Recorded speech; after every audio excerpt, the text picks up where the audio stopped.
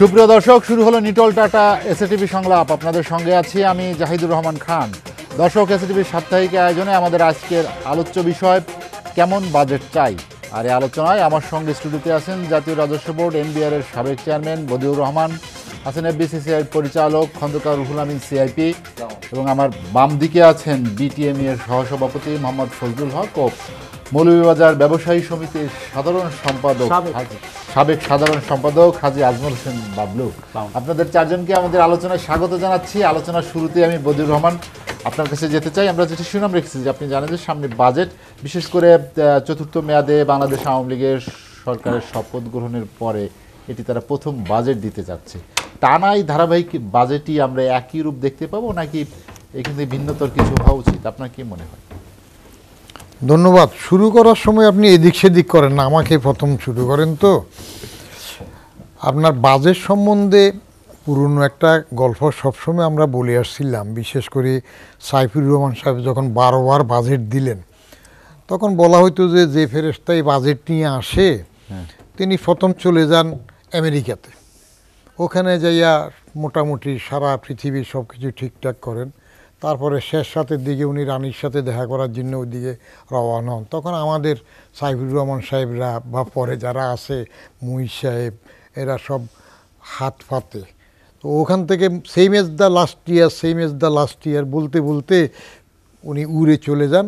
নামতে নামতে ওটা দাড়ি কমা সেমিকোলন যেটুক চেঞ্জ হয় বাজেটে, ওইটুকুই বোধহয় চেঞ্জ হয়, বেশি একটা তেমন হয় না।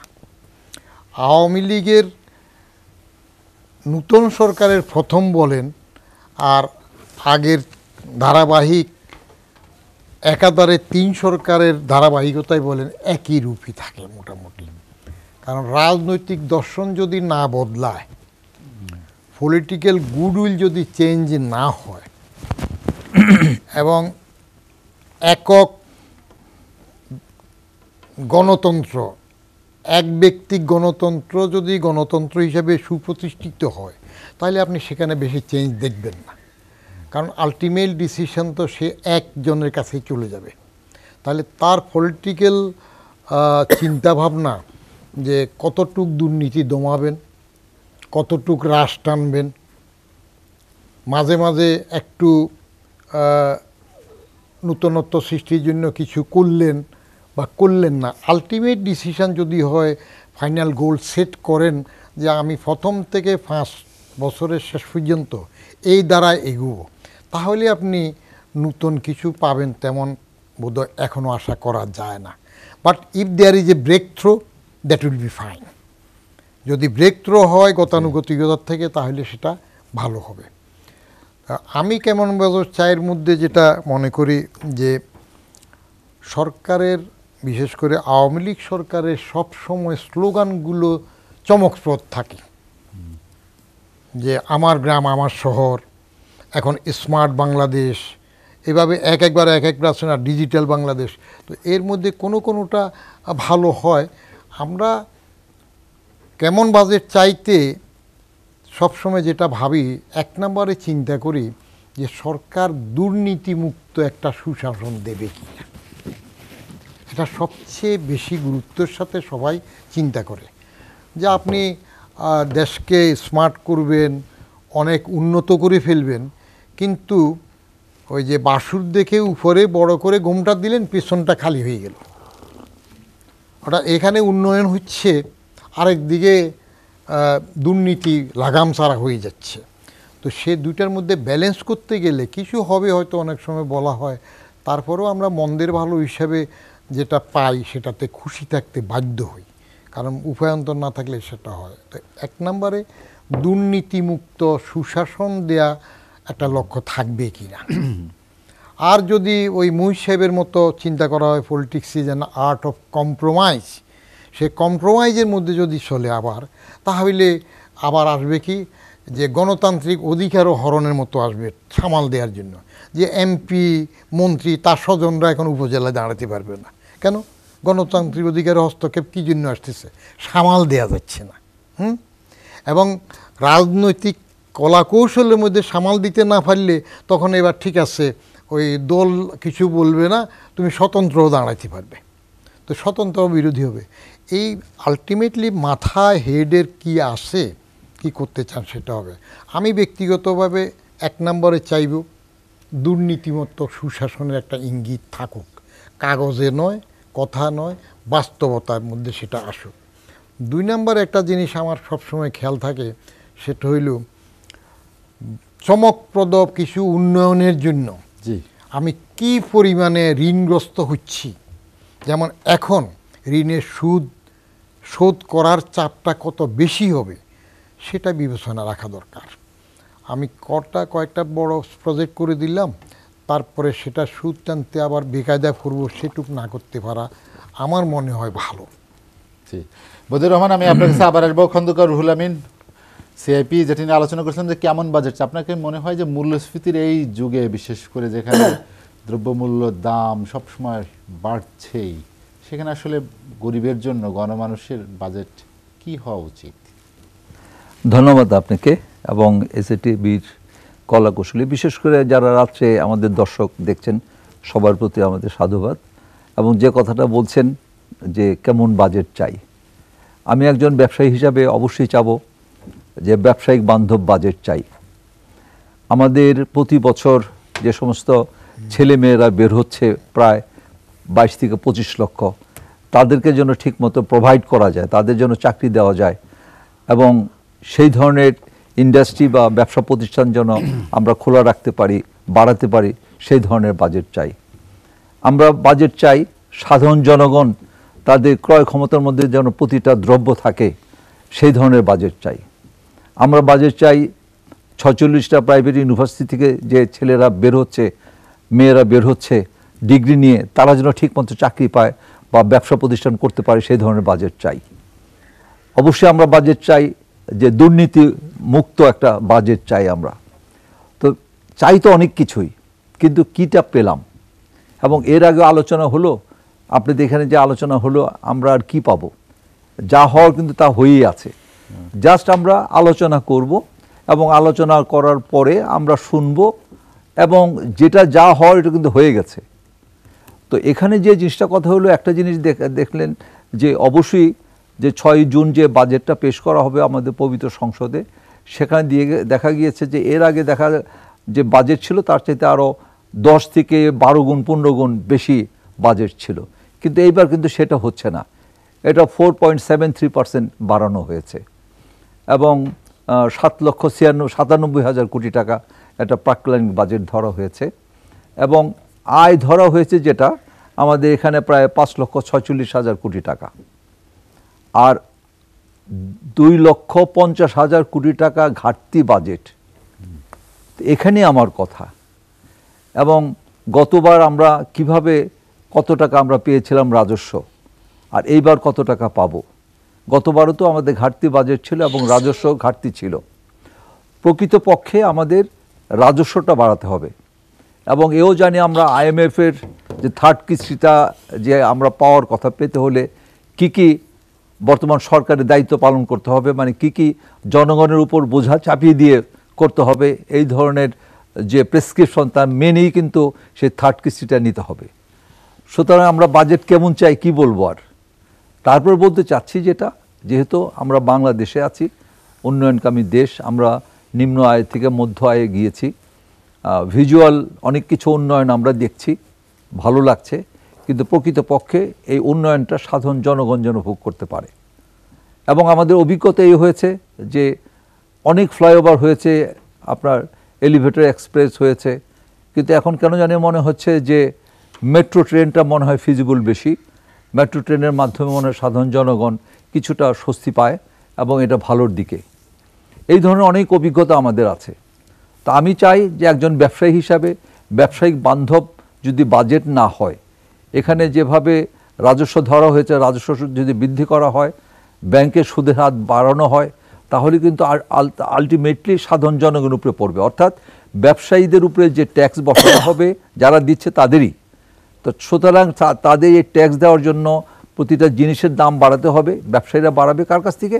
সাধারণ জনগণের কাছ থেকে তারা নিতে হবে, পকেট থেকে নিতে হবে। তো এই কারণে এরকম যেন না করা হয় যে রাজস্ব বোর্ডকে এরকম দায়িত্ব দেওয়া হলো যে ব্যবসায়ীদের কাছে যেভাবেই হোক কারণ নাকে খত দেওয়া তো আছে, যারা ট্যাক্স দিচ্ছে, যারা নিবন্ধন করা আছে, তারা তো নাকে খত দেওয়া আছে। নাকে টেনে আপনার দড়ি টেনে ধরবে, আর আমরা যে সেখানে হাজির হব, যেভাবে বলবে আমরা সেইভাবে দিতে বাধ্য হব। কারণ আমার পাশে যে ব্যক্তি আছেন, সম্মানিত ব্যক্তি, ওনাকে বলছেন কি কারণে সবসময় ওনাকে প্রথম কথা বলতে বলেন, আজকে কেমন বাজেট চাই, আর উনি এনবিআর এর চেয়ারম্যান ছিল, তো ওনাকে বলবেন না কাকে বলবে? উনি তো আমাদের মুখ্যম, আজকে উনি উপলব্ধি করতে পারবেন। কারণ যখন উনি ছিলেন তখন একরকম ছিলেন, যখন উনি রিটায়ার্ড হয়েছেন এখন আরও বেশি আমাদের পক্ষে কথা বলছেন, এটা ভালো লাগে আমাদের কাছে। তো এই জন্য আমি বলতে চাচ্ছি যে আমাদের যে যারা নাকে খত দেওয়া আছে, যখন ধন্যবাদ, যখন নাকে খত দেওয়া যাবে আমাদের উপরে না চড়িয়ে, এখন এনবিআর কিন্তু অ্যাকচুয়ালি এই রাজস্ব আয় বাড়ানোর জন্য আমাদের যে অত্যাচার করা হবে, এই অত্যাচারের জন্য কিন্তু আমি ভয়ে আছি, আমি একজন সাধারণ ব্যবসায়ী হিসাবে। কারণ যদি আমি দুই একটি কথা বলি, দেখা যাবে যে আমার 5 বছরের ফাইল নিয়ে টানতে হবে। এই 5 বছর যে আমাদের ফাইল নিয়ে বাঁচার জন্য কিন্তু অবশ্যই আমি বলবো যে বাজেট অবশ্যই ভালো হবে, কল্যাণমুখী হবে এবং জনগণ বান্ধব বাজেট হবে, এইটা আমরা চাই। খন্দকার রুহুল আমিন, আমি আপনার কাছে আবার আসবো। মোহাম্মদ ফজলুল হক, খন্দকার রুহুল আমিনের যে একটি ভয়, একটি শঙ্কা, বিশেষ করে এনবিআর এর ফাইল নিয়ে টান দিতে পারে, তার এই ভয় শঙ্কা তৈরি হয়েছে কেন, বা আগামী বাজেটও কি ঘাটতির বাজেট কিনা? ওই যে স্যার তো এই এনবিআর এর চেয়ারম্যান ছিল, ওনার থেকে অনেক কিছু শেখার আছে আমাদের। আগে হয়তো মুখ খুলে কথা বলতো না, এখন পুরানো ইতিহাস উনি বলে, আমরা কিন্তু অ্যাটলিস্ট এনজয় করি ওনার কথাবার্তাগুলো। সত্যি সত্যি আমি খুব ব্যক্তিগতভাবে ওনাকে এনজয় করি, রসাত্মক কথাবার্তা এবং সত্যিকারের কথাবার্তা। কিন্তু যখন সত্যিকারের কথা বলা উচিত ছিল তখন বলতো না। বলেছে কিন্তু বলেছি বলেই তো 15 মাস আগে চাকরি ছেড়ে দিয়ে চলে আসছে, ওটা মনে নাই তো? সরি স্যার, এই জন্য স্যার, হ্যাঁ ওটা খেয়াল রাখেন। জি স্যার, 15টা মাস আগে সেক্রেটারির চাকরি কেউ ছাড়ে না। না স্যার, ওই চারটা ছাড়ে না স্যার, ওটা বলতে গিয়ে ছাড়তে এসে। তো স্যার আজকে যেভাবে আপনারা বললেন যে কেমন বাজেট চাই, আমি ব্যবসায়ী হিসাবে বলবো আমাদেরকে একটা ব্যবসায়ী থেকে বাইর হওয়ার জন্য আমাদের একটা এক্সিট চাই, যেই এক্সিটে আমরা সব কিছু দিয়া সম্মানের সাথে আমরা যেন বাইর হইতে পারি। এই এক্সিট কিন্তু পৃথিবীর অনেক দেশেই আছে এক্সিট, কিন্তু বাংলাদেশে কেন হচ্ছে না? আমি বলবো যদি এই এক্সিটটা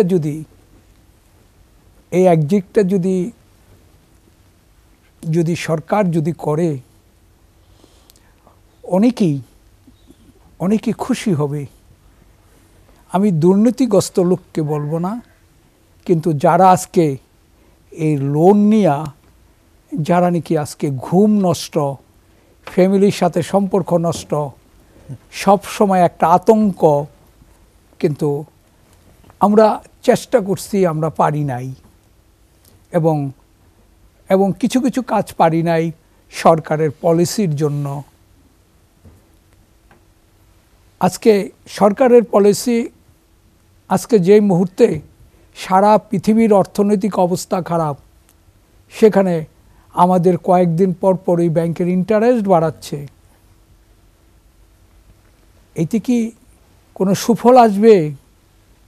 আমরা তো এইভাবেই ঋণে জর্জরিত, আমরা ঋণে কিন্তু জর্জরিত। আবার এর উপরে সুদ,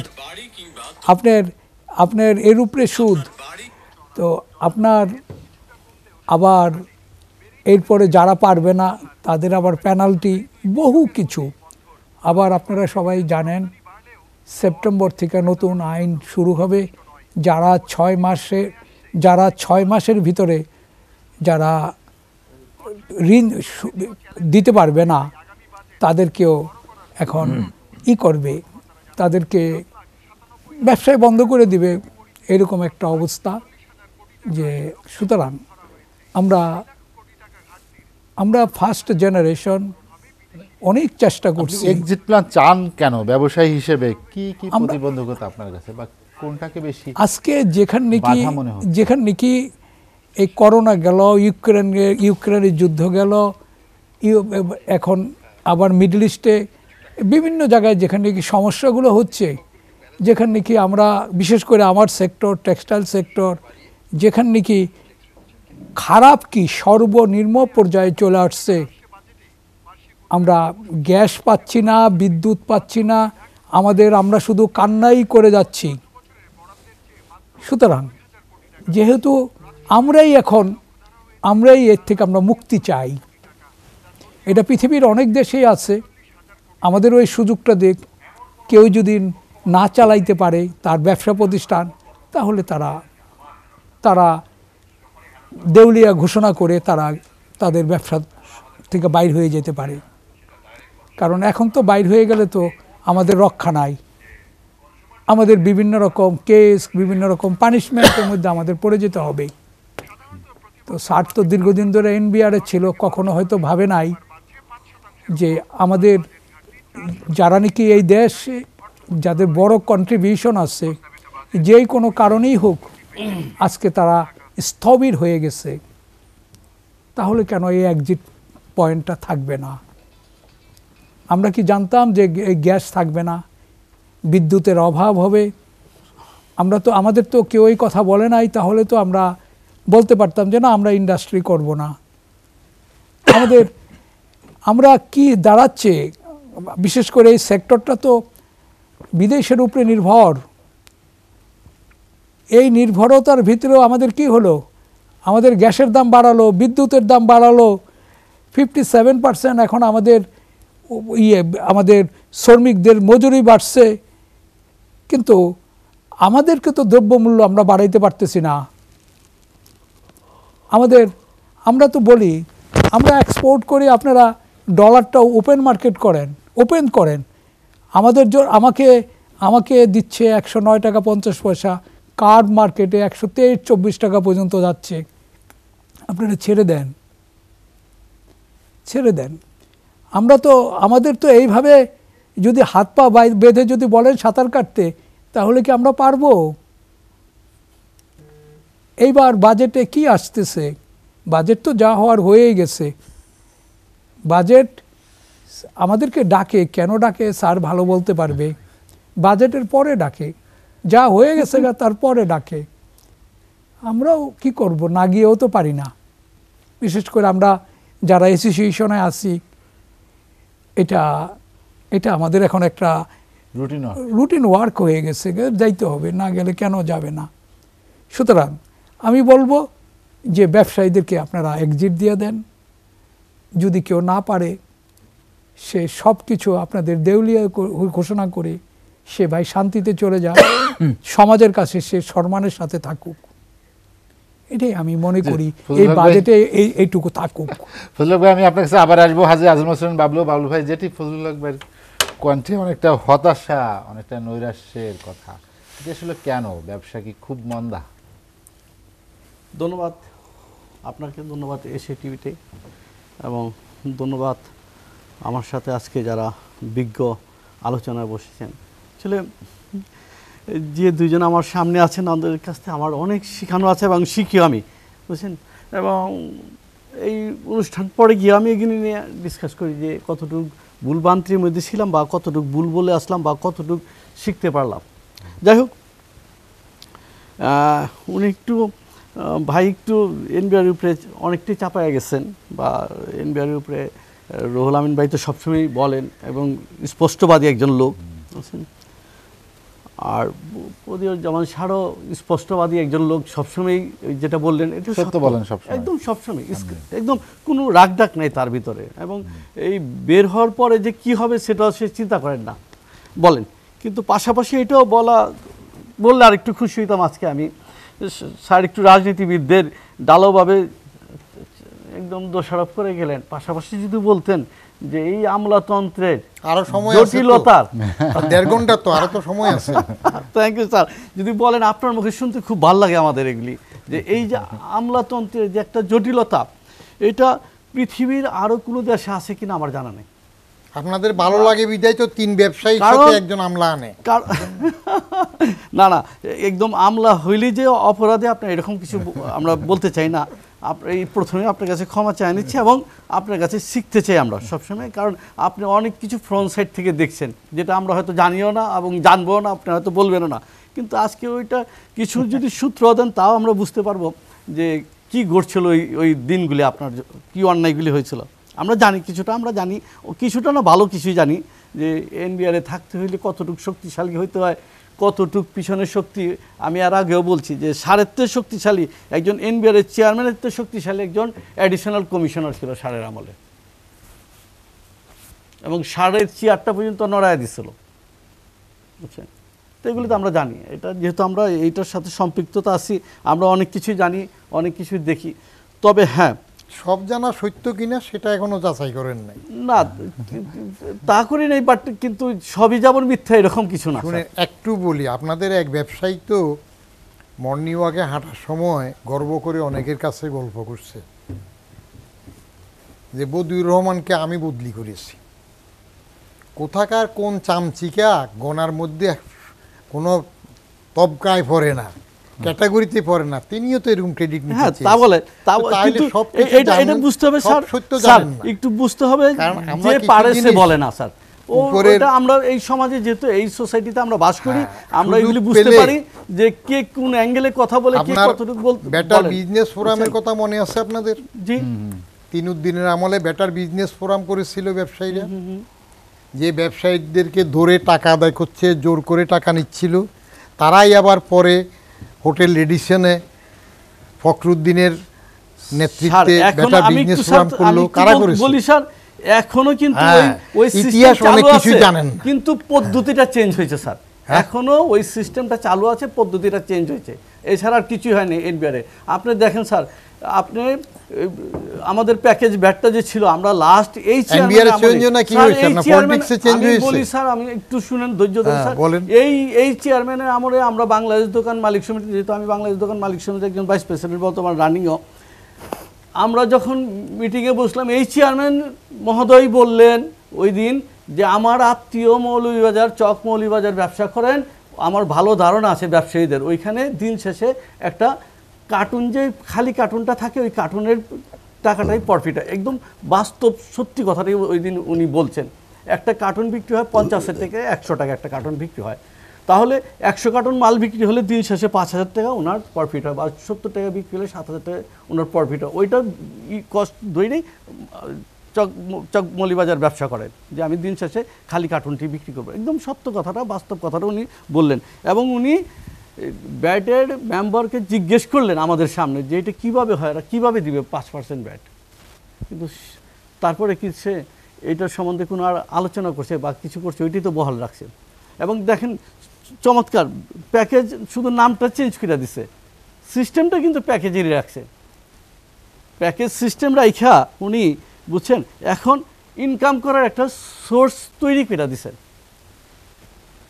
আমরা বলি যে সব কিছুই একদম এখন আধুনিকতার ছোঁয়া লাগবে, ঘরে বসে বসে করবে, সফটওয়্যারে আমি ইউজ করবো, সফটওয়্যারে আমি ব্যাট জমা দিব, আমার একদম আপডেট হয়ে যাবে। বাট এইটাকে নিয়েও জিজ্ঞেস করেন, রুহুল আমিন ভাই তো অনেক সিনিয়র লোক, অনেক এই সম্বন্ধে অনেক যুদ্ধ করেন, এইটা নিয়েও সপ্তাহিত করতে হবে। যে বলবে আমরা একটা রাজস্ব আদায় চ্যালেঞ্জ, একটি অন্যতম চ্যালেঞ্জ থাকে বাজেটের ক্ষেত্রে, এবারও ঘাটতি, কি করা উচিত? আপনার রাজস্ব সবসময় একটা চ্যালেঞ্জ থাকে। খুব কম সময়, স্বাধীনতার পর থেকে শুরু করে কম বছরের বাজেটই সারপ্লাস উদ্বৃত্ত হয়েছে। খুব কম বছরেই বাজেট আপনার পুরোপুরি আদায় হয়েছে, এরকম বছর কম। এটার একটা টেকনিকও থাকে সরকারের, সেটা হলো এই যেমন এবার আমি চাচ্ছি যে বেশি ঘাটতি বাজেটের প্রয়োজন নেই, যেটুক সম্ভব আদায় করা সেভাবে করা। কিন্তু ওটা করতে গেলে একটা বড় অসুবিধা থাকে, আপনার mild tension is always welcome. একেবারে ফ্রি থাকলে তখন আর কারো চাপ থাকে না, কাজও থাকে না। এই যে প্রত্যেকবারই একটা সমালোচনা হয়, এত বাজেট ধরা হয়, তারপরে ঘাটতি, তারপরে কাটছাট, তারপর সম্পর্ক আরও কমানো হয়। তো আগে যদি একটু বেশি না ধরে পরে কমিয়ে যেটুক পায়, আগে যদি কমানো সেটা ধরে, তখন দেখবেন যে ওই লেভেল থাকবে না, এটাও কমে যাবে। তার কারণ কিছু চাপে থাকার জন্য অনেক সময় একটু বাড়তি ধরতে হয়। আমার সময় ধরেন একটা অ্যাবনর্মাল সিচুয়েশান ছিল, তিনুদ্দিনের আমল, সে সময় ভয়ভীতির কারণ ছিল কিছু, যেটাই হোক। সেই জন্য আমি ধরেন 17% গ্রোথ নিলেও আলটিমেটলি তার থেকে আরও বেশি, 36,000 কোটির থেকে আমার 41,000 নেওয়ার পরও 44,000 কোটি টাকা চলে আসছে টোটাল রাজস্ব সবটা মিলিয়ে। আর এখন তো লাখ কোটি টাকা হিসাব হয়। রাজস্ব বোর্ডে রাজস্ব বেশি আহরণের জন্য যে দুইটা মূল উদ্যোগ দরকার, সেগুলোর ঘাটতি আছে। একটা উদ্যোগ হলো আনট্যাপড রিসোর্সেস, যেগুলো সোর্স যেগুলোতে রাজস্ব পাওয়া যায়, অন্যরাও আছে, সেই নেটওয়ার্ক আমরা বাড়াতে পারছি না। কেন বাড়ে না আমি বুঝি না। আমি বাড়ানোর জন্য আগালাইন, তখন তো আমাকে বদলিই করে দিল। তাহলে দেখেন, বাড়ানোর জন্য ক্ষেত্র অন্য জায়গায় যাওয়া যাবে, সেটা করতে হলেও সরকারের সদিচ্ছা লাগে, না হলে পাওয়া যাবে না। আমি একটা জরিপ করতে চেয়েছিলাম, এটা আরও একবার বলেছিলাম, যে প্রথমে শহরের কয়েকটা এলাকাতে জরিপ করব, হাউস টু হাউস সার্ভে, কয়জনের টিআইএন আছে, নাই কেন, বাসা ভাড়া কত দে, আর বাতাস কতটুক খাইয়া জীবন নির্বাহ করে মাসে, তাহলে উনি ট্যাক্স দেওয়ার যোগ্য কিনা বেরিয়ে যাবে। এটাও তো করতে দিল না সরকার। অথচ একই সরকার, তিনুদ্দিনের সরকার, ব্যবসায়ীদের আটক করে, জরিমানা করে, জোর জবরদস্তি করে টাকা নেওয়া শুরু করলো। শেষের দিকে আবার ব্যবসায়ীদের টাকায় হোটেল রেডিশনে খেয়ে বেটার বিজনেস প্রোগ্রাম করলো। একটা মানুষ ওই বেটার বিজনেস প্রোগ্রামে আসেন নাই। দুদকের চেয়ারম্যান ছিলেন প্রাক্তন সেনাপ্রধান হাসান মাসুদ চৌধুরী। বললাম, স্যার আপনি আসবেন না কেন? বলে যে আপনি যাচ্ছেন কেন? আমার তো যেতেই হয় এনবিআর চেয়ারম্যান। সব ব্যবসায়ী তো একজোটে আমার বিরুদ্ধে বলবে, আমাকে আবার জবাব দিতেও দেবে না, বলে দিছে, জবাবও দেওয়া যাবে না, বলে যাবে। উনি বললেন যে আমি যাব না, এই জন্য যাদের বিরুদ্ধে এত বড় বড় কথা বলা হইল, তাদের টাকায় সেখানে খাওয়া দাওয়া করে আবার তাদেরই বেটার বিজনেস প্রোগ্রাম করা হবে, তাহলে এটা কোন নীতি হইল? হি ডিডন্ট কাম, উনি আসেন নাই। পরে তো ওনাকে হেনস্থ করার জন্য আবার ওই যে সংসদে ডাকার, কেন এটা করলো ওটা করলো, কত কায়দা কানুন করছে না।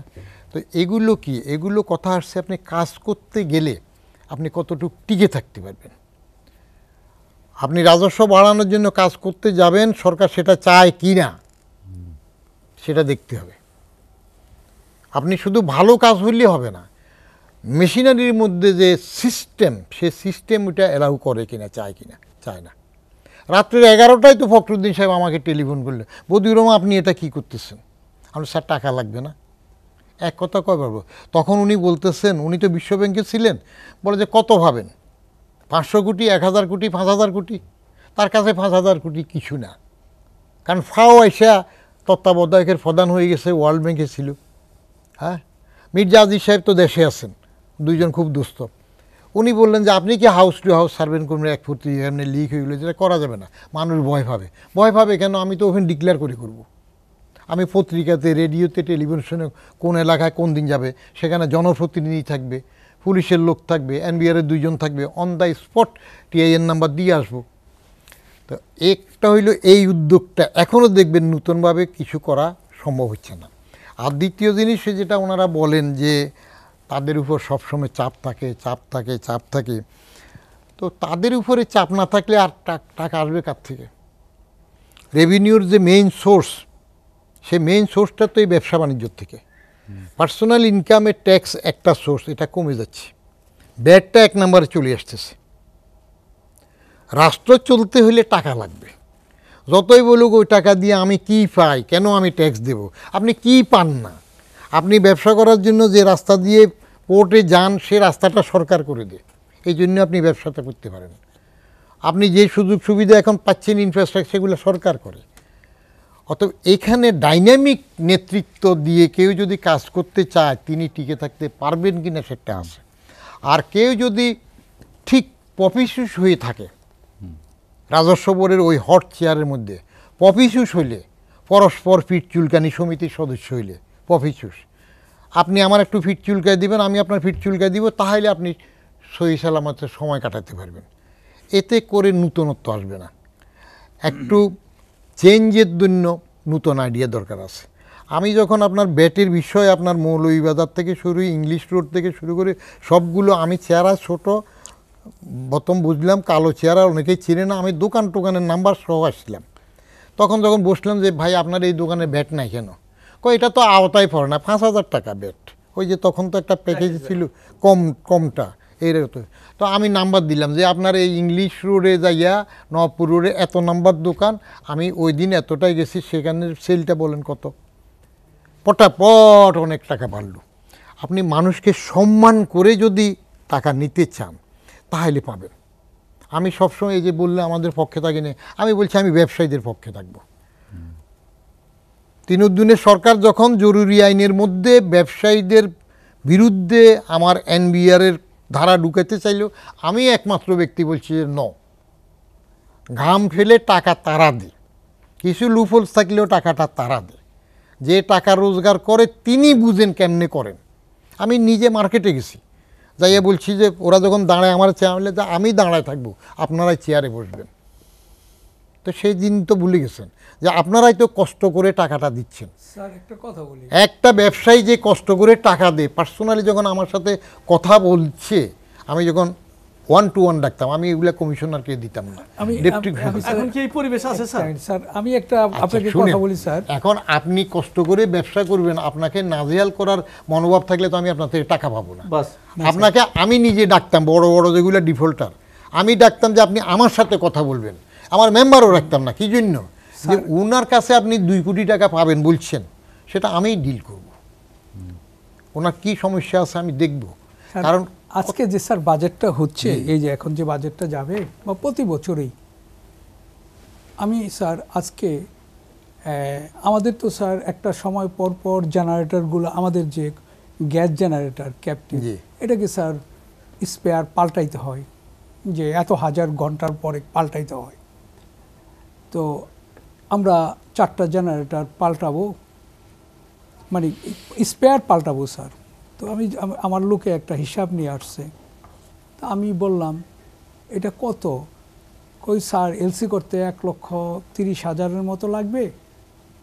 এটা ডিউটি আসবে কত? বললো স্যার 1 কোটি টাকা লাগবে। ওখানে 1,30,00,000 টাকা মালের পিছনে আমাকে ডিউটি দিতে হবে 1 কোটি টাকা। আমি বললাম তাহলে একটা নতুন জেনারেটর আনতে কত লাগে? বললো স্যার 2.5 কোটি টাকার মতো। নতুন একটা জেনারেটর আনতে ওখানে 1% ট্যাক্স, আর স্পেয়ারের জন্য 80% ট্যাক্স। এগুলো হইল না ক্ষত, দুঃখ, মানে এটা আজকের ঘটে। কিন্তু এই যে স্যার আমরা কতবার লেখলাম যে দেখেন আপনি সমস্ত পার্টসগুলোকেই আপনারা 5% করে নেন, আমরা 1%ও চাই না। যত একটা আমরা কি এটা কি বাজারে বিক্রি হবে? একটা গ্যাস জেনারেটরের স্পেয়ার হবে না। তাহলে এটা তো আমাদের জন্যই। আপনারা একটা করে দেন, কিছু আছে 80%, কিছু 60%, কিছু 40%, ওই স্যার জেনারেটরটার ভিতরে। তো মানুষকে তো স্যার আপনারা উৎসাহিত করেন না, এই পেছে ফালাই দিলেন। আমরা তখন বিভিন্ন রকম ফাঁক ফোকর খুঁজি, কোনটা কোন এসএস কোড ব্যবহার করলে এই আমার একটু দাম কম হবে, কিন্তু আসলে তো এটা ইলিগাল। এগুলো তো স্যার যদি আপনারা যদি এগুলো যদি আমাদের ব্যবসায়ীদের জন্য যদি একটা সহজ করে দিতেন, 5%, 10%, 15%, তুমি যাই আনবা 15% দিবা, 10% দিবা, আমাদের কিন্তু কোনো দ্বিমত ছিল না। এখন এই জন্য স্যার আমাদেরও অনেক সময় নৈতিকতা বিসর্জন দিয়ে কাজ করতে হয়। কিন্তু একটা জেনারেটর আনবো আমি ফ্যাক্টরির জন্য, সেটা 1% ডিউটি, আর সেই জেনারেটর পার্টস আনবো সেটা 80% ডিউটি, 60% ডিউটি। হাউ? এগুলো যদি সুযোগ করে হইতো তাহলে কিন্তু স্যার মানুষ আরও ট্যাক্স দেওয়ার জন্য উৎসাহিত হতো। স্যার যেটা বললেন যে সে সম্মানের underlying সাথে voice করতো কাউকে না। সম্মান জানিয়ে আমাদের ডলার আমি- অধিকভাবে পাচার হইতো না, এবং এটা স্যার আমি তো টিকতে পারলাম না এইসব কারণে, যে ব্যবসায়ীর সাথে বসে কথা বলে বলেই তো কাজ করছিলাম, সেগুলো তো পছন্দ হয় নাই। কিন্তু আমরা এখানেই কিন্তু আমরা ব্যবসায়ীরা পরাস্ত। আমরা কিন্তু বলতে চাই যে আমরা ট্যাক্স দিব, অবশ্যই ট্যাক্স দিব, কিন্তু এইরকম না। আমি জেনারেটর আনলাম 1% দিলাম, আমি স্পেয়ার আনলাম 80% দিব, তাহলে কি হচ্ছে? এগুলো কিন্তু আমরা বলতে চাই, আমরা বলি, কিন্তু রাজস্ব কর আরোপের ক্ষেত্রে ব্যবসায়ীদের পরামর্শ কতটা গ্রহণ করা হয়? যে অতীতের অভিজ্ঞতা যেটি আপনার দুই ব্যবসায়ী বন্ধু অভিযোগ করেছেন যে আসলে আপনার ফোরামে আলোচনা করেন, সেটি আসলে বাস্তবায়ন হয় কিনা? আলোচনা কিন্তু ঠিকই হয়, এবং বলা হয় যে বাজেট পেশ করার আগে অর্থমন্ত্রী মহোদয় বলেন যে 64টা চেম্বার, 410টা অ্যাসোসিয়েশন, তাদের সাথে আলোচনা করে এই বাজেট প্রণয়ন করা হয়েছে। এটা জাস্ট আর কি আইওয়াশ, এটা সিম্পলি আইওয়াশ, আর কিছু না। সব তারা করেন, এবং অনেক সময় দেখা যায় যে আমাদের মাতলুব ভাই যখন ছিলেন এফবিসিসিআই সভাপতি, উনি যে কথা বললেন যে আমরা যে প্রস্তাবনা দিয়েছি তার আপনার 8%ও গ্রহণ করে নাই। তাহলে একটা সর্বোচ্চ ব্যবসায়িক মহল থেকে যদি প্রস্তাবনা দেওয়া হয়, সেখানে তার প্রেসিডেন্ট যদি বলেন যে সর্বোচ্চ 8%ও গ্রহণ করা হয় নাই, অর্থাৎ 92%ই ইগনোর করা হয়েছে। কিন্তু সর্বোচ্চ সংগঠন আমাদের এফবিসিসিআই বলা হয়। তো এখানে আমরা যে আনতে পারি যে আমাদের ব্যবসায়ীদের পরামর্শ কতটা গ্রহণ করে রাজস্ব বোর্ড।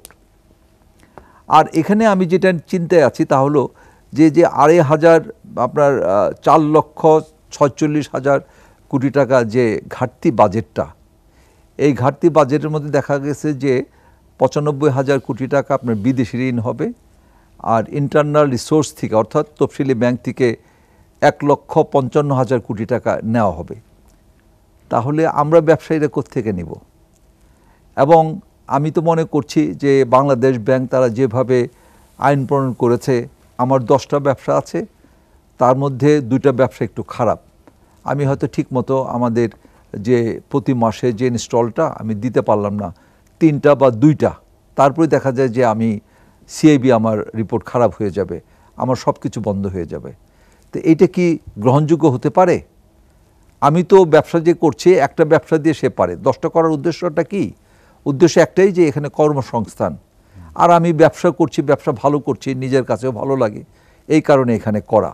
আমরা আর 10 জন যা খায় আমরা তাই খাই, এবং আমরা 18 ঘন্টা পরিশ্রম করি। আর আমাদের এই স্যাররা সাধারণত আমরা দেখেছি 8 ঘন্টা পরিশ্রম করেন। তো 18 ঘন্টা পরিশ্রম করার পরে আমরা তো চাই যে এই দেশ অর্থনৈতিকভাবে উন্নত হোক, পৃথিবীর মানচিত্রে বাংলাদেশ সম্মানজনক পৌঁছে যাক। কারণ অর্থনৈতিক উন্নতি যে দেশে, সেই দেশই কিন্তু মাথা উঁচু করে দাঁড়ায়।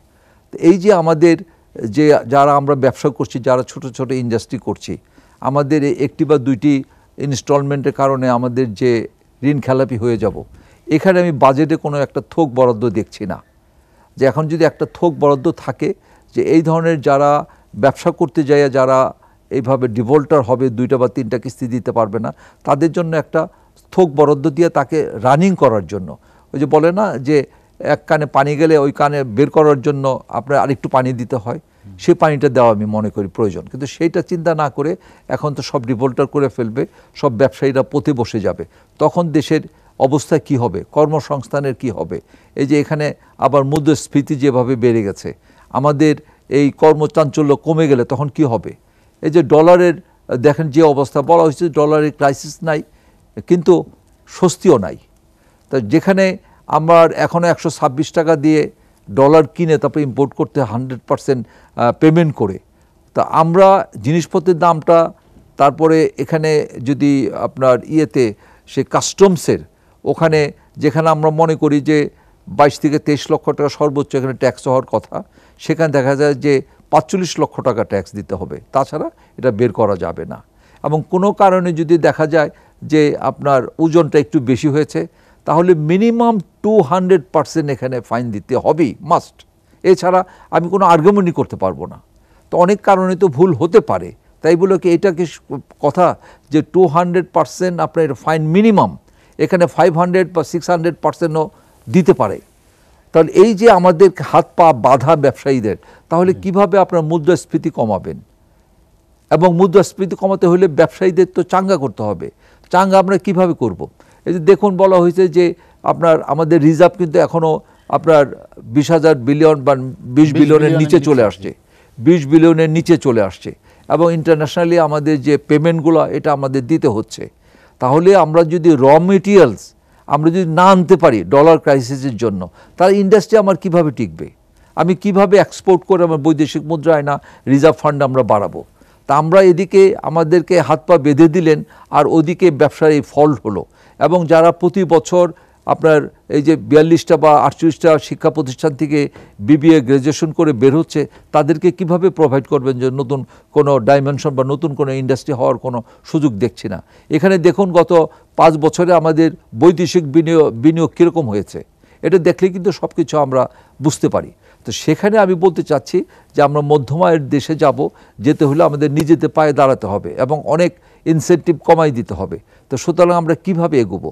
এই কারণে আমি বলতে চাচ্ছি যে বাজেটটা সেভাবে হওয়া উচিত যে জনবান্ধব বাজেট, ব্যবসায়ী বান্ধব বাজেট, সাধারণ জনগণের এটাকে উপকার হয়। তো কিছু কিছু জিনিস আমরা দেখি যে র মেটেরিয়ালসের উপরেও, কাঁচামালের উপরেও আমরা প্রথমত ডলার ক্রাইসিসের জন্য আমরা কিছু আনতে পারছি না। দ্বিতীয়ত এখানে আপনার ট্যারিফ ধরা হয়, কোনোটা 8%, কোনোটা 20% দেওয়া হয়। হয়তো হয়ারাস সেই গুডসই ফিনিশ গুডস দেখা যায় যে তাদের 15% ট্যাক্স টোটাল ফিনিশ গুডসে, আর র মেটেরিয়ালসে তার চেয়ে বেশি। তাহলে এই দেশকে ডেভেলপ আপনার ইন্ডাস্ট্রিভাবে কীভাবে ডেভেলপ করবেন, কীভাবে কর্মসংস্থান করবেন? এবং আমরা যদি কর্মসংস্থান না করতে পারি তাহলে এই দেশের কী অবস্থা হবে? শিক্ষিত বেকাররা কোথায় গিয়ে দাঁড়াবে? তো এই দিকে না করে অ্যাকচুয়ালি আলোচনা করে, সত্যি কথা যেটা বলা হয় এটা আই ওয়াশ নয়, প্রকৃতপক্ষে আমরা যারা ব্যবসায়ী আছে ব্যবসায়ীদের সাথে বসতে হবে এবং ওই এনবিআর অঙ্গীকার করতে হবে। এবং আমরা আজ পর্যন্ত এনবিআর সাথে বৈঠক করে কোনো দিন একটা রেজলিউশন আমরা পেলাম না। আমাদের দুর্ভাগ্য, আমাদের সিগনেচার নেওয়া হয়, সব কিছু নেওয়া হয়, কিন্তু সেখানে আলোচনা কি হলো, আলোচনার রেজাল্টে কি দাঁড়ালো, এটা একটা রেজলিউশন জীবনে আমরা পাইনি। কেন? এটা তো এটা কোনো আইনে পড়ে না কিন্তু, বাট আমরা পাই না। এই জাস্ট তাহলে আই ওয়াশ না কি ওয়াশ? সুতরাং এখানে ব্যবসায়ী অর্থমন্ত্রী ছিল, হ্যাঁ, লোটাস কামাল, তাও যদি তারা না পায়, করতে না পারে, মিনিস্টার না পায়, আরে মন্ত্রী সাহেব তো সচিবদের কাছে বাধা। মন্ত্রী সাহেব প্রত্যেকটা মন্ত্রী সচিবদের কাছে বাধা। সচিবরা এত বেশি পাওয়ারফুল কল্পনা করা যায় না। আমার গ্রামেতে যাই, ওখানে উপজেলা চেয়ারম্যান, তার কোনো ব্যানারের কোনো নামই থাকে না, থাকে সিম্পল টিওনো যে আছেন তার নামটা ওখানে থাকে, প্রশাসনিক কর্মকর্তা ওখানে এটাই আছে। আর প্রতিনিধি যিনি হলেন একটা উপজেলার চেয়ারম্যান, তার কোনো নামই নাই। এইভাবে চললে আপনার এখন তো আপনার কি বলবো, এটা আপনার সচিবরাই সব কিছু করছে। আমাদের দুর্ভাগ্য যেটা 100 মুজিব বছর, যেটা আমাদের জাতির পিতা, হাজার বছর শ্রেষ্ঠ বাঙালি, তার যে একটা 100 বছর পূরণ হবে, সেখানে আমরা মতো সাধারণ ব্যবসায়ী বা রাজনীতিবিদরা পেলাম না, পেল একজন রিটায়ার্ড আপনার সচিব মহোদয়। আমরা বলতে চাচ্ছি যে সচিব যারা আছেন তারা যদি একটু সঠিক হন, বাংলাদেশ আপনার ওয়ার্ল্ড ব্যাংক কি বলছে, এই দেশকে ডেভেলপ করতে হলে, মধ্যমায়ের দেশ করতে হলে প্রথমেই এই আমলাতান্ত্রিক জটিলতা কমাতে হবে। প্রথম ফার্স্ট শর্তটা এটা দিয়েছে। তারা কি এমনি ভাউতবাজি দিয়েছে? ওয়ার্ল্ড ব্যাংক হাজী আজমল হোসেন বাবলু, যেটি খন্দকার রুহুল আমিন সর্বশেষ বলছিলেন যে আমলাতান্ত্রিক জটিলতা কমাতে হবে, আপনার অভিজ্ঞতা কি? এটা তো আমি জাহিদ ভাই সর্বপ্রথমে বলছি যে স্যার যদি সাথে সাথে এই কথাটা বলতেন, ওই আমরা এখানে 4 জন বলছি না, স্যার সাথে অফিস কেনে বসলে স্যারও স্বীকার করবেন যে এই জটিলতাটাই আমাদের ওই ক্যান্সারের মতন, অক্টোপাসের মতো জড়ায় ধরে রাখছে। অতএব এটা আমাদের মানতে হবে। স্যার আমরা যাই মুখে বলি না কেন, অ্যাকচুয়ালি পাশাপাশি আমি এটাও বলি যে স্যার যেটা বললেন যে ব্যবসায়ীর কাছ থেকে এই ট্যাক্স কারা দিবে, ব্যবসায়ীরা তো দিবে, কিন্তু ব্যবসায়ীরা যখন আতঙ্কে পড়ে যান ট্যাক্সের জন্য, তখন কিন্তু এই ট্যাক্স আর আদায় হয় না, ট্যাক্স কিন্তু আদায় করতে ওনারাও পারেন না। যার ফলে আমি মনে করি এইটারে একদম এই যে বাজেটটা আসতেছে, এটা আমার মনে হয় ব্যবসায়ী বান্ধব যদি একটা বাজেট আসে, বা ব্যবসায়ীদের সাথে অন্তত একটা ট্রাম, অন্তত একটা বছর ব্যবসায়ীদের সাথে ঐক্যমতে আইসা একটা বাজেট তৈরি করুক, দেখুক না দেশ তো আর একদম ওই 88-98 বন্যার মতন তলায় যাবে না, বা ওই 3 দিন আগে যে 24 ঘন্টায় বৃষ্টিতে দুবাই ডুবে গেছে এরকম তো আর হয়ে যাবে না। পরিবর্তন তো করতে পারবে গভর্নমেন্ট, তো পরিবর্তন করার সুযোগ আছে যে না ব্যবসায়ীদের কথা শুনে আমরা ওর ফাঁদে পাড়া দিছি, এই ফাঁদে পাড়া দেওয়া যাবে না। আপনি বলতে পারেন ব্যবসায়ীরা সুযোগ সুবিধা নিবে, এটার সংখ্যা কতজন, এই সুযোগ সুবিধার কতজন নেয়? যারা মধ্যম আয়ের বা যারা নিম্ন আয়ের লোকগুলি কিন্তু এই সুযোগ সুবিধা নিতে পারে না, এরা কিন্তু সবসময় ভয়ে থাকে এবং দেখা যায় প্রতি বছরই ব্যবসায়ীর মধ্যেতে মিনিমাম 20 থেকে 25% ওদের কোনো অস্তিত্বই থাকে না। আপনি এটা কিন্তু আমি আমার বানানোর কথা না, আপনি অ্যানালাইসিস করে দেখবেন এবং ওই 2 জন ব্যবসায়ী আমার পাশে বসে আছে জিজ্ঞেস করবেন, এদের অস্তিত্বই থাকে না। আপনি দেখেন উনি তো গার্মেন্টস সেক্টর আছে, আমি একটু প্যাকেজিংয়ে আসি।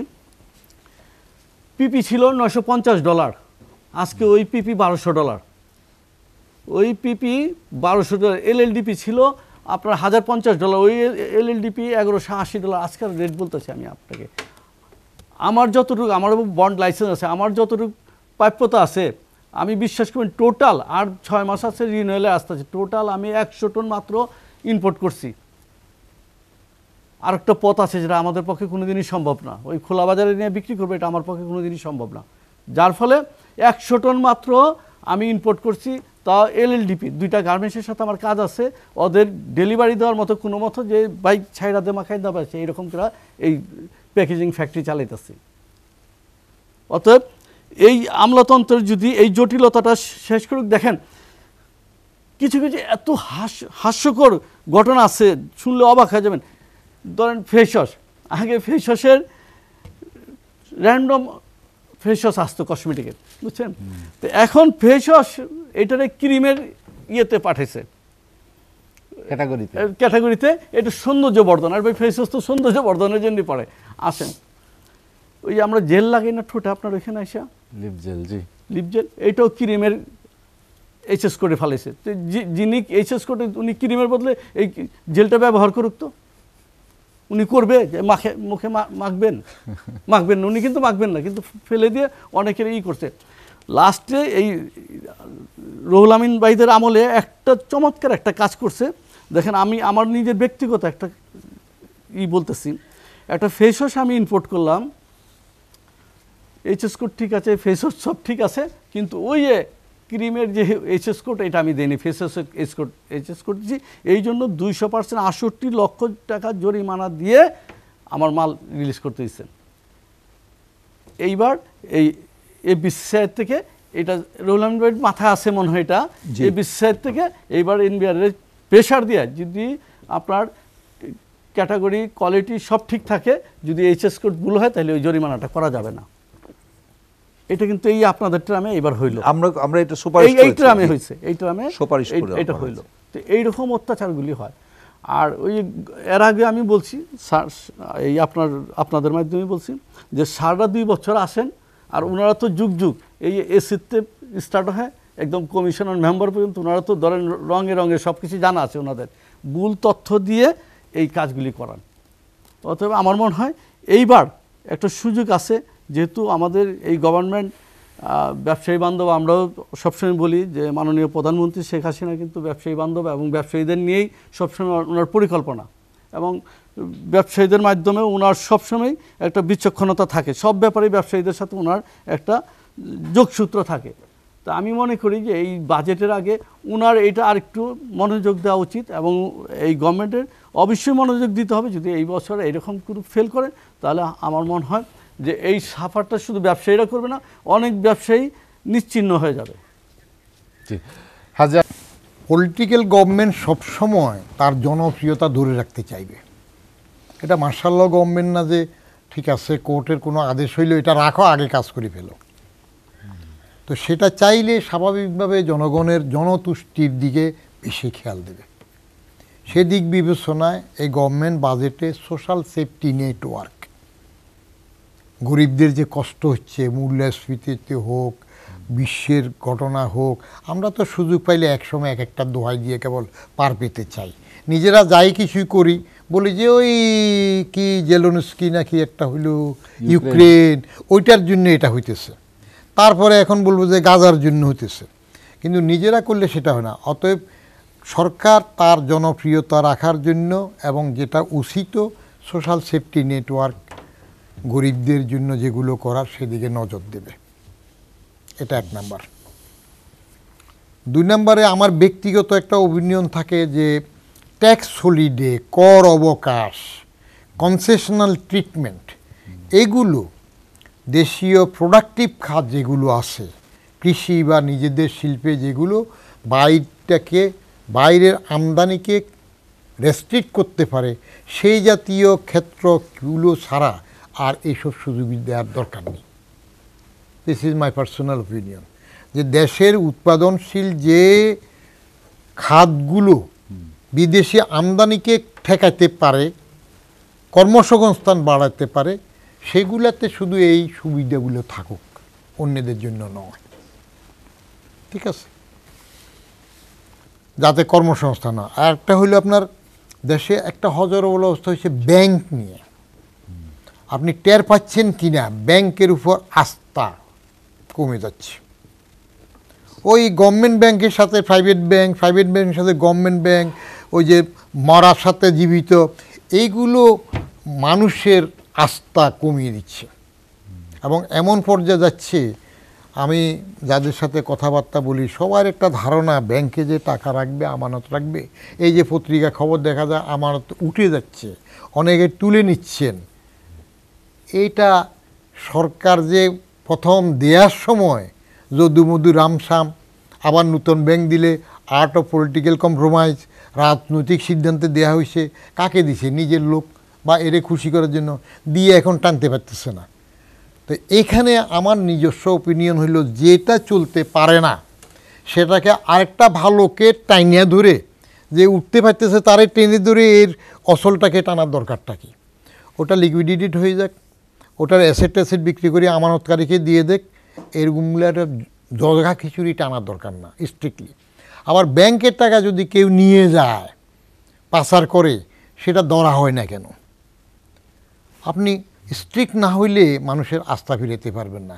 বাজেটে এই বিষয়ে কতটুক সিরিয়াস বক্তব্য সরকার গ্রহণ করবে, দেবে, জনমনে আস্থা সৃষ্টি হবে, সেটা একটা দেখার বিষয়।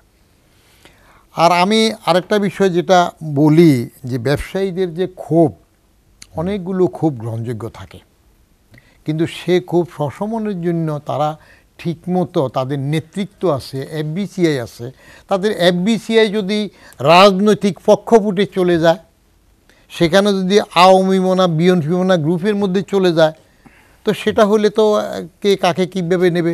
কিন্তু ব্যবসায়ী প্রতিষ্ঠানের মতো থাকলে তাদের কথা শুনবে না, এটা তো মনে হয় না। আমি ব্যক্তিগতভাবে বড় বড় ব্যবসায়ীদের সাথে একক কথা বলে তো দেখেছি, ক্ষতগুলা রিমিডি হয় না, ওই জন্য তাদের মধ্যেই টানা হেঁচড়া আছে, যে এ করবো না, এ করবো না, এ উঠে গেলে কি অসুবিধা হবে, ওই উঠে গেলে কি অসুবিধা হবে। অতএব আপনার সেই দিক থেকে ব্যর্থ হচ্ছেন, পাচ্ছেন না। আমি মনে করি ব্যবসায়ীদের যেগুলা ক্ষোভ আছে, এগুলার দিকে নজর দেওয়া দরকার আছে, কিন্তু তার মানে এই নয় যে আমার নিজস্বত্ব হারিয়ে আমি সারেন্ডার করব। আপনারা একটা বাজেট দেন, একটা শ্যাডো বাজেট সাবমিট করেন, যে আমলারা যে বাজেট করে দিচ্ছে এটার বিপরীতে একটা সাবমিট করেন, পত্রিকায় ফ্ল্যাশ করেন, দেখেন পলিটিক্যাল নেতৃত্ব কতটুকু গ্রহণ করে। যদি পলিটিক্যাল নেতৃত্ব আপনাদের কথা গ্রহণ না করে, তাহলে আর কি করবেন? কারণ আলটিমেটলি আমাদের শেষ ভরসা আমাদের কনস্টিটিউশনে কি এটা অ্যালাউ করবে? জি, এই আমি প্যারালাল একটা বাজেট দিলাম, আপনি পত্রিকাতে ফ্ল্যাশ করেন, দেবেন না কি হবে স্যার? তো লাভ যদি না হয় তাহলে ultimately this is your failure. আপনার রাজনৈতিক নেতৃত্ব যদি সেটা গ্রহণ না করে, তাহলে আপনি ওয়ান স্ক্রিনে আমরা এটা আপনার কাছে এই বক্তব্যটা আশা করি না। আমরা কেন আশা করেন না? কেন স্যার? কেন আশা করেন না? কেন আপনি গ্রহণ করাতে পাচ্ছেন না? কেন দায়িত্বটা কি আমার? আপনি পাচ্ছেন না কেন? দায়িত্বটা কি আমাদের? আপনি বারবার বলেন সব ডাটা পাবো স্যার, এই দায়িত্বটা আপনি একটা কথা পাবো, একটা কথা শুনেন, আমি আমার চামড়া গন্ডারের চামড়া, এই যে সিআইবি সাহেব আমার চামড়া গন্ডারের চামড়া, আমলাগিরি করলে গন্ডারের চামড়া হইতে হয়। যেহেতু সিআইবি সাহেব বলে আমলারা 8 ঘন্টা কাজ করে, ওনারা 18 ঘন্টা করে, কিন্তু আমরা যে 24 ঘন্টা কাজ করতেছে এটা ওনার চোখে পড়বে না। ওই অফিস টাইম 8 ঘন্টা, ওইটা খালি সবসময় চোখে পড়ে। হ্যাঁ, আপনি আমার পরিষ্কার কথা হইলো, আপনি যদি একটা বাজেট চিন্তা করেন সুস্থিরভাবে, একটা বাজেট দিচ্ছেন না। স্যার এটা দরকার নাই তো আমার। স্যার আমরা যখন দরকার না থাকলে এটা মেনে নেবেন। স্যার আমরা যখন প্রাক দরকার না থাকলে আপনাকে এটা মানতে হচ্ছে। একটা মিনিট সময় দেন। হ্যাঁ, আপনি আমার এই টক শোতে আলাপ করি তো কিছু খাওয়াতে পারবেন না। রাজনৈতিক নেতৃত্বকে আপনি তো এটা গিলাতে হবে। আপনি যখন আমরা প্রাক বাজেটে যাচ্ছি, সবাই তো আমরা একদম এনবিআর এর পক্ষে কথা বলতে যাই না, বা আমার পক্ষে কথা বলি না, ওইখান থেকে কিছুটা গ্রহণ করুক, কইটা দেখুক না একটা। ফজলুল হক, আমরা যেটা নিয়ে আলোচনা করছিলাম যে কেমন বাজেট চাই রপ্তানিমুখী শিল্পকে বাঁচিয়ে রাখতে বা আরো কর্মসংস্থান তৈরির ক্ষেত্রে আসলে কি প্রস্তাবনা থাকা উচিত বাজেটে?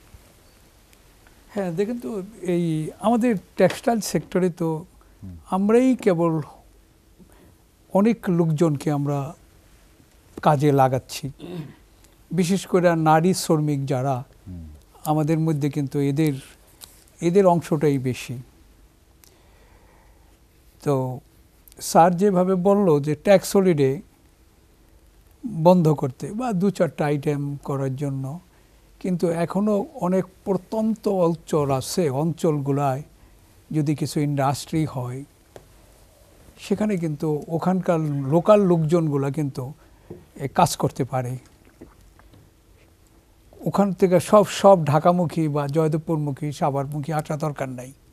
আজকে যদি পঞ্চগড়ে বা রংপুরে যদি এইটা থাকে, আরও কিছুদিন আমি মনে করি যে ট্যাক্স হলিডে রাখা উচিত, এবং যেখান থেকে আমরা অনেক লোকজন কর্মসংস্থান করতে পারি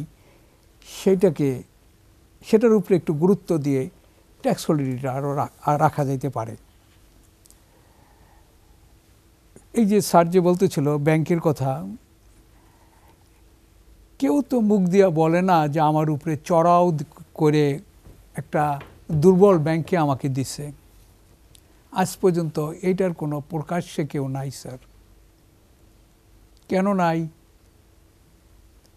আমরা সবাই বুঝি অনেক সময় কথা বলতে পারি না, নাহলে আমি দুর্বলটারে কাঁধে করে ঘুরুম কেন? তো অনেক কিছু আছে স্যার, অনেক কিছু আপনি যেভাবে আপনারা বলতে পারেন, আমরা ব্যবসায়ীরা স্যার অনেক কথা বলতে পারি না। ওই যে বললেন যে আপনারা পেপারে দিয়ে দেন স্যার, এইটা স্যার বলা সহজ, কিন্তু আমারে যে ওই যে রশি বাইন্দা লইয়া যাবো গা ধইরা, কেউই স্যার কিছু তাকাবে না। এখন এই জন্যই স্যার যে কথাটা বলল, আমাদের ব্যবসায়ীদের কথা কিছু শোনেন, কিছু শুনলে আমরা কিন্তু একটা দিক নির্দেশনা দিতে পারবো। এই যে কথাটা বললাম যে এই যে একটা যেভাবে আপনারা শুল্কায়ন করেন, এটাকে একটা সহনীয় পর্যায়ে নেন, তাহলে কিন্তু আমরা সবাই কিন্তু ওই চুরির ফাঁকটা দেখব না। এখন স্যার আমরা অনেক সময় বলি যে একটা কলম আনছি স্যার, একটা কলম ইম্পোর্ট হয়েছে, এটার একটা ডিউটি আছে। এখন যদি বলেন স্যার কলমের ভিতরে একটা শীষ আছে, এটার মধ্যে কালি আছে, এই কালি ডানছেন কেন? এই জন্য স্যার আপনাকে ট্যাক্স দিতে হইব। এমন সময় বললেন নতুন বিয়ে হইল তো স্বামী তো একটু ছুটি পাইলেই শ্বশুরবাড়ি যেতে চায়, স্ত্রীর কাছে যাবে। তো বড়া বৃষ্টি, বউটা অপেক্ষা করতে করতে 12টা পর্যন্ত অপেক্ষা করলো, কিন্তু স্বামী আসে না। বৃষ্টি তো খাল টাল ফার হয়ে পরে এই বেটা বিজে টিজে তারপরও যাবে। 2টার সময় যখন দরজায় নক করে, তখন শ্বশুর বলে, এমন সময় আইলে জামাই মেয়ের উঠছে জ্বর।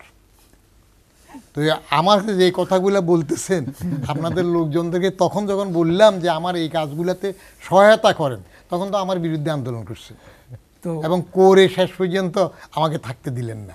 হ্যাঁ, এই কথাগুলো আমি তখন বলছিলাম। মীর আক্তার, রৌফ, যে প্রয়াত মেয়র আনিস ডাইরেক্টর হিসেবে, এরা যখন মিটিংয়ে এইগুলাতে আসেন, সরকারকে কনভিন্স করেন, যেহেতু পলিটিক্যাল গভর্নমেন্ট নয়, কিন্তু গুলো উল্টো। তাতে উল্টোটা কি, ওই যে আমার স্কিমের মধ্যে থাকছে না, উল্টোটাতে গেলে উল্টো জায়গা হইলো যে এরে সরাই দিতে হবে। কত সেক্টর, যে খোদ ওয়ার্ল্ড ব্যাংকের লোক লেগে গেল যে কেন এইভাবে নিজের ওয়ার্ল্ড ব্যাংক এবং IMF কোনো দেশ নিজের পায়ে দাঁড়াক উঠুক এটা জিন্দিগিতেও চায় না, এটা চাইবিও না। ঋণ দেবে, ঋণ নাও আরও নাও, এই শর্ত পূরণ করো, কিন্তু আপনি নিজের নেতৃত্ব দিয়ে নিজে উঠতে চাইবেন এটা চাইবে না। তো আমরা স্যার আমরা যদি কিছু ব্যাপারগুলো যে আমি যে বললাম স্যার, আপনারা তো জানতেছেন যে কেন এত ঋণগ্রস্ত হচ্ছে মানুষজন। আপনারা সরাসরি আপনাদের নেতৃত্ব যে প্রধানমন্ত্রীর কাছে এই পয়েন্টগুলো উঠান, NBR-এ উঠাইয়া অর্থমন্ত্রী উঠাইয়া এটা স্যার সবাই জানে, স্বীকৃত, যে কিন্তু আমাদের বাধাটা কোথায় সেটা কিন্তু স্যার কেউ নির্ণয় করে না। আমি বলবো না যে আমাদের ব্যবসায়ীদের মধ্যে যে খারাপ লোক নাই, এটাও সবাই জানে, তাদের আবার অনেক সময় ধরেও না। কিন্তু ধরেন আমাদের মতো দুর্বল লোক যারা আছে তাদেরই ধরে। তবে স্যার সময়টা কিন্তু খুব খারাপ আসছে। যদি সেন্ট্রাল ব্যাংক যদি এই নির্দেশটা যদি উইথড্র না করে, যে তাহলে কিন্তু সেপ্টেম্বর থেকে স্যার একটা অশনি সংকেত হইব, যে অনেকেই স্যার চিন্তিত যে আমার তো কিস্তি বাদ পড়ে গেছে গা, এখন তো আমার CIB খারাপ হবে, আমার তো ব্যবসা বন্ধ হয়ে যাবে গা। তো আমি মনে করব যে আমাদেরকে আরও একটু সুযোগ দেওয়া। স্যার আমরা যে কেউ ভালো না এটা কিন্তু আপনারা কেউ বলতে পারবেন না। করোনা, ইউক্রেন, এইটার পর ওইটা, সারা পৃথিবীই খারাপ, কিন্তু আমরা তো আমরা আমাদের একটাই বড় সেক্টর যেটা নাকি গার্মেন্টস এক্সপোর্ট করে আমরা ফরেন কারেন্সি আনছি। আমরা এদেশের কিন্তু যাই সৃষ্টি হয়েছে এই গার্মেন্টস থেকে, কিন্তু আজকে সেই গার্মেন্টসেরই কিন্তু অবস্থা খারাপ। কেউ কিন্তু এদিকটাকে নজর করতেছে না। কিন্তু এই সেক্টরটা যদি কোনোভাবে নষ্ট হয়ে যায় তাহলে কিন্তু স্যার আমাদের কপালে দুঃখ আছে। সুতরাং এইগুলো কি সতর্কতা অবলম্বন করা উচিত? জি, সতর্কতা আমাদেরকে এইরকম শক্ত শর্ত দেওয়া উচিত না যে আপনি যদি ডিফল্ট হন, মানে 6 মাসে যদি কিস্তি পরিশোধ না করেন তাহলে আপনি ডিফল্টার হয়ে যাবেন গা। আমাদেরকে যেটা যতটুকু আমাদের যে সুযোগ সুবিধা আমরা পাচ্ছি, যে মাত্র 1% আমরা ইনসেন্টিভ পাচ্ছি এক্সপোর্টে, সেটাও বন্ধ করে দিবে বিভিন্ন রকম। কিন্তু জানেন আমাদের এই দেশে কিন্তু আমি একটা কথা বলি যে 40% কিন্তু আসলে 40% টেক্সটাইল সেক্টর কিন্তু খারাপ অবস্থায় আছে। গ্যাস নাই, বিদ্যুৎ নাই, কি করব আমরা? আমার তো ইন্টারেস্ট বন্ধ হচ্ছে না, আমার মেশিন বন্ধ হচ্ছে, আমার ইন্টারেস্ট বন্ধ হচ্ছে না। তাহলে আমাদের কি করার আছে? এটা তো সবাই জানতেছে। তাহলে আমাদেরকে বাঁচায় রাখার জন্য কারো কোনো আছে না, কারো কোনো, তারা কিন্তু আন্তরিক হবে না। যে ব্যবসায়ীরাই তো আপনাকে টাকা দিবে, সেই ব্যবসায়ী যদি শেষ হয়ে যায় তাহলে দেশের উন্নতি কারা করবে? ফজলুল হক ভাই, হাতে সময় নেই, আলোচনা শেষ করতে চাই। আপনাকে অসংখ্য ধন্যবাদ। খন্দকার রুহুল আমিন, CIP। আমরা আলোচনা শেষ করব, শেষ দিকে চলে এসেছি। কর্মসংস্থানের কথা উল্লেখ করেছেন বদিউর রহমান, যে কর্মসংস্থান বাড়ানো এবং সামনের দিনে বিশেষ করে যারা নিম্ন আয়ের তাদের জন্য সামাজিক নিরাপত্তা বেষ্টনীও বাড়াতে হবে। আপনার কি মনে হয় যে সরকারের পক্ষে এই আর্থিক অবস্থায় সেটি কতটা সম্ভব হবে? হ্যাঁ, যে কথাটা বললেন এবং আপনি এটা পুনরাবৃত্তি করে আবার যেভাবে আমাদের কাছে উপস্থাপন করলেন, প্রকৃতপক্ষে যে কথাটা আমরা প্রথমেই বলেছি যে প্রতি বছর আমাদের এখানে 22 থেকে 24 লক্ষ ছেলে মেয়ে তাদের কর্মসংস্থানে বের হয়। এখানে আপনার 2 to 3% অনলি গভর্নমেন্ট তারা প্রোভাইড করতে পারে, অনলি 3, ম্যাক্সিমাম 3%। আর 97% যেভাবেই হোক, যত স্বল্প মূল্যে হোক, প্রাইভেট সেক্টর তারা করে। এই যে প্রাইভেট সেক্টর এত বড় দায়িত্ব পালন করছে, এটা সরকার কিভাবে নিচ্ছে এইভাবেই বললাম না, যে কথা ফজলুল হক সাহেব বলল, এর আগে আমিও বলেছিলাম। তা হলো যে আমার 10টা ব্যবসা আছে, তার মধ্যে 2টা ব্যবসা হয়তো কোনো কারণে আমি পারছি না। কারণ তো অনেক রকম আছে, বৈশ্বিক যে কারণ আছে, আরও অনেক কারণ আছে। তো সেখানে আমার কোনো কারণে 2টি বা 3টি কিস্তি যদি আমি না দিতে পারি, তা আমার পুরো 10টাই আমার CIB রিপোর্ট আমার নেগেটিভ চলে আসবে। আমি কোনো কিছুই করতে পারবো না। আমি বিদেশে যে কোনো সহযোগিতা করবো তাও কিছু করতে পারবো না, সব দিকে আটকে রাখা হচ্ছে। এইভাবে কি হাত পা বেঁধে এটা কি ব্যবসা বান্ধব হলো? না, প্রকৃতপক্ষে আপনার যারা টাকা নেওয়ার তারা তো কত, আপনার একজনই যদি 10,000 কোটি টাকা নিয়ে যায়, বড় ব্যবসায়ী সে আপনার একাই আপনার 30,000 কোটি টাকা নিয়ে গেছে, তারপরে তার উপরে বলা হয়েছে যে তাকে আপনার দুদকে বা অন্য জায়গায় হিসাব দেওয়ার জন্য সেখানে উচ্চ আদালতে এটা স্থগিত করা হয়েছে যে তার বিরুদ্ধে কিছু বলা যাবে না। সেটা যদি করতে পারেন, আমাদের মতো সাধারণ যারা ব্যবসায়ী আমরা আমাদের এখানে কর্মসংস্থান করছি, প্রতি বছর ছেলে মেয়েদেরকে প্রোভাইড করছি, এবং আমরা 18 ঘন্টা পরিশ্রম করে আমরা চেষ্টা করছি ব্যাংকে টাকা দেওয়ার জন্য, আমাদের নিজেদের কর্মচারীদের বেতন দেওয়া এবং নিজেরা চলার জন্য। তো সেখানে যদি আমাদের এই সামান্য কারণে, বাংলাদেশ ব্যাংকের এই ধরনের স্বেচ্ছাচারী কারণে আমাদের ব্যবসা বন্ধ হয়ে যায়, আমরা যদি সিআইবি আমাদের নষ্ট হয়, আমরা যদি ঋণ খেলাপি হই, এই দায়িত্বটা কে নিবে? এটা বাজেটে তো এই কারণে আমি প্রথমেই বলেছি যে একটা থোক বরাদ্দ দেওয়া উচিত এই ধরনের যে সমস্ত ব্যবসায়ীরা, প্রকৃত ব্যবসায়ীরা যারা এই প্রবলেম পড়বে তাদেরকে অন্তত রানিং ক্যাপিটাল হিসেবে দিয়ে তাদেরকে সচল রাখা, এটা অবশ্যই রাখা দরকার। এটা সব দেশে রাখে। কি হয়ে যাচ্ছে একটা আজব সিস্টেম। তাই একজন 30,000 নিয়ে যাবে, হ্যাঁ, কোনো কাজ ধরা যাবে না, ছোঁয়া যাবে না, আরেকজন বেকায়দায় পড়বে, তারে আল্লাহু আকবার তাকে জব করে দিবেন। এটা কি হয়? তাহলে আপনার দেশকে কিভাবে ডেভেলপ করবেন? জনবান্ধব এটা কিভাবে হলো? তো এইটা কাকে বলবো এবং কে শুনবে? বাংলাদেশ ব্যাংকের এই যে নীতিটা কে দেখবে? এবং এই যে হাজার হাজার কোটি টাকা পাচার হয় বা আপনার ট্যাক্স কি বলে তারা লোন নেয়, তারা কিভাবে নেয়? আর আমরা যদি নিতে চাই, আমাদের এরকম কত বাধা বিপত্তি চলে আসে যে আমার লিকুইডিটি কত, আমি কত টাকা নিতে পারি, এই ধরনের করে দেখা যায় আমাদের 2 বছর শেষ হয়ে যায়। আর যারা টাকা নেওয়ার তারা ঠিকই নিচ্ছে, আপনাদের যে প্রতিনিধি আছে তারা ঠিকই নিচ্ছে, তাদের কিন্তু কোনো বাধা নাই। দেখা যায় যে 6 মাস আগে একটা মুদি দোকান খুলেছে, সেই মুদি দোকান খোলার এগেন্সটে 700 কোটি টাকা সে নিয়েছে। 6 মাসে আগে তার ট্রেড লাইসেন্স হলো মুদি দোকানের, সে 700 কোটি টাকা নিল। আর আমার 30 বছরের ব্যবসা, আমি যদি 2 কোটি টাকা বাড়াই চাই আমাকে দেওয়া হবে না, আমি একজন ব্যাড কাস্টমার, আমাকে দিবে না। কিন্তু আমি সারা জীবন কষ্ট করতেছি, ব্যবসা করতেছি আপনার জনগণের স্বার্থে, এবং এখানে হাজার হাজার লোককে আমি প্রোভাইড করছি, কিন্তু আমি সেই সহযোগিতা পাচ্ছি না। এই তো বাংলাদেশের নীতি, এই তো আমাদের দেশের নীতি। তো এখানে আমাদের কেমন বাজেট চাই? বাজেট একটাই চাই, আমরা যারা সাধারণত যারা ব্যবসায়ী আছি, যারা যে ব্যবসায়ী কারণে পৃথিবীর বুকে বাংলাদেশ অর্থনৈতিকভাবে এগিয়ে যাচ্ছে, এই এগিয়ে নিয়ে যাওয়ার জন্য আমাদের মতো যারা স্মল এবং মিডিয়াম এন্টারপ্রেনার আছে তাদেরকে সহযোগিতা করা দরকার। আপনার সমীক্ষায় দেখেন না, সমীক্ষায় স্মল এবং মিডিয়াম এন্টারপ্রেনার যারা আছে, এসএমই লোন রিকভারি 95%। আর বড় বড় যারা সমস্ত অনলি 20% যে সমস্ত ব্যক্তিরা বড় লোন নিচ্ছে তাদের এখানে রিকভারি হার সবচাইতে কম, কিন্তু আমরা পারছি না, আমাদের দিচ্ছে।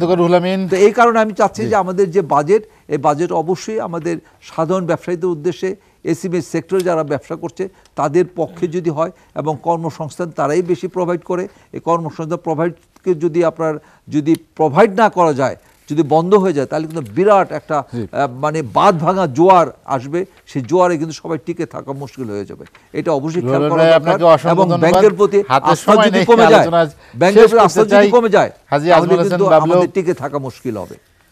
ভালো ভাই, যেটি রুহুল ভাই কি বললো আপনি শুনছেন, যে তার একটা শঙ্কা যে টিকে থাকা আসলে কঠিন হয়ে যাবে সামনের দিনগুলো যদি নীতির পরিবর্তন। আসলে কি ধরনের নীতি সংস্কার প্রয়োজন? অ্যাকচুয়ালি বদিউল আলম স্যার আর রুহুল আমিন ভাই যেটা বললেন যে ব্যাংকের ব্যাপারে, এটা দ্বিমত করার কোনো ওয়ে নেই, কোনো রাস্তাই নেই। এটা বুঝছেন, একটা দেশের ব্যাকবোন হচ্ছে ব্যাংক। এই ব্যাংকগুলি যেভাবে ধ্বংস করছে, এটা অনেক আগেই এই সরকারের লাগাম টানা উচিত ছিল, যেটা নাকি কোনোদিনই এদিকে হয়তো নজর ছিল কি না জানি না, বা নজর থাকলেও কী ধরনের পদক্ষেপ নিত, এটা আমাদের সাধারণ ব্যবসায়ীদের মনে একটা কৌতূহল থেকে যাবে। তবে সামনে যেহেতু আমাদের ভাই যে হতাশার কথা শুনাইলেন, এই হতাশার কথা শুনে তো আমাদেরও হাত পা কাঁপে যে আগামী সেপ্টেম্বরে কি হতে যাচ্ছে। তো যাই হোক, আলহামদুলিল্লাহ আমরা মনে করি যে আগামী সেপ্টেম্বর না, এই দেশের প্রতি একটা আল্লাহর খাস রহমত আছে। আমরা মনে করি এরকম আরও 2-4টে সেপ্টেম্বর যাবে এবং খুবই ভালোভাবে দেশ চলবে। এবং সামনে যে বাজেট আসতেছে, এই বাজেটের মধ্যে আমি মনে করি নতুনত্ব কিছু ছোঁয়া থাকবে, যেহেতু মাননীয় অর্থমন্ত্রী আশা করি উনার এটা এটা প্রথম বাজেট উনার পেশ করবেন। অনেক কিছু উনি আশা করি আমাদের উপহার দিবেন, এবং সেই অপেক্ষা পর্যন্ত আমাদের 7 তারিখ পর্যন্ত, জুনের 7 তারিখ পর্যন্ত অপেক্ষা করতে হবে যে নতুনত্ব এবং নতুন চমক কী আসে। এবং এনবিআরের যে চেয়ারম্যান, বর্তমান চেয়ারম্যান আছেন, উনিও খুব আমাদের এই 3টা ট্রাম তো দেখলাম, উনিও খুব সৎ লোক, কিন্তু একটু ধৈর্যহারা আমরা হয়ে গেছি ওনার বিপক্ষে, যে উনি আরও কিছু করার বা দেশকে আরও কিছু দিতে পারতেন ইচ্ছা করলে। কারণ আগে আমি যেহেতু 84 থেকে এই ইম্পোর্টের সাথে জড়িত আছি, প্রত্যেকটা চেয়ারম্যানই বোধহয় সারসহ প্রত্যেকটা চেয়ারম্যানরাই বিভিন্ন সময় বিভিন্ন জায়গায় দৌড়াদৌড়ি করতেন, যেটা একটু আগে উনি নিজেও বললেন, এবং বন্দরগুলির মধ্যে গেতেন। এই 15 বছরে উনি 6 বছরের মধ্যে কত জায়গা গেছে আমাদের চোখে পড়ার মতন দৃশ্যমান কোনো হয়নি। তারপরে আমি মনে করি উনি যেহেতু হয়তো এইটাই ওনার শেষ বাজেট হবে, আশা করি উনি ওনার ব্যক্তি জীবনের যত সফলতাগুলি আছে এবার উনি আমাদের ব্যবসায়ীদের জন্য দিয়ে যাবেন। হাজী আজমল হোসেন বাবলু, আপনাকে অসংখ্য ধন্যবাদ। হাতের সময় নিয়ে আলোচনা শেষ করতে চাই। বদিউর রহমান খন্দকার, রুহুল আমিন সিআইপি এবং মোহাম্মদ ফজলুল হক, আপনাদেরকেও অসংখ্য ধন্যবাদ। দর্শক, জানিয়ে রাখি, নিটোল টাটা এসএটিভি সংলাপ পুনঃপ্রচার হয় শুক্রবার সকাল 7:30টায়। আজ এ পর্যন্তই। ভালো থাকুন, সুস্থ থাকুন, এসএটিভির সঙ্গেই থাকুন।